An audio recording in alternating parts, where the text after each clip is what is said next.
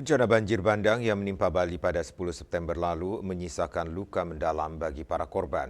Salah satu korban banjir di kawasan Banjarbalut, Denpasar menceritakan kisah pilu yang ia alami ketika air sungai meluap hingga menenggelamkan tempat tinggalnya.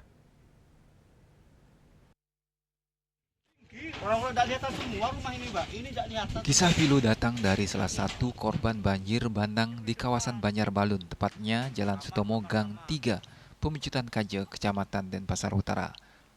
Haji Tumari yang berasal dari Jember, Jawa Timur menceritakan ketika banjir pada Minggu subuh, ia bersama keluarga menyelamatkan diri dengan berjalan di atas atap rumah untuk menuju ke tempat yang lebih tinggi. Selama hampir 15 tahun tinggal di wilayah tersebut, Tumari mengaku sudah 4 kali terkena banjir. Namun banjir kali ini merupakan banjir terbesar yang ia alami.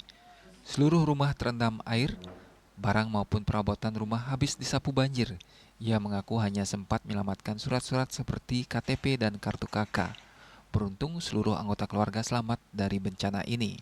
Saya kan masuk ke dalam, anak-anak di atas, sama saya di atas, saya masuk ke dalam.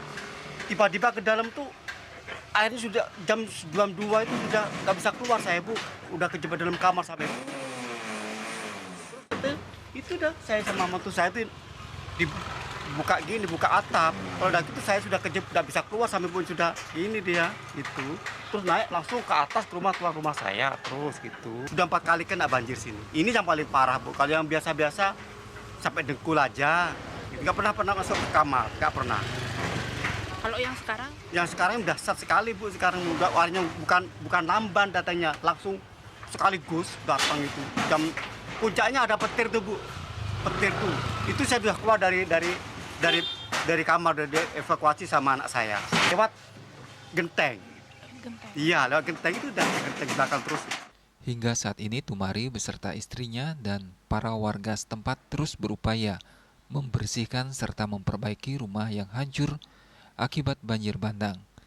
Ia yang keseharian bekerja sebagai penjual gorengan ini berharap perhatian dan langkah nyata pemerintah agar mampu bangkit dari keterpurukan.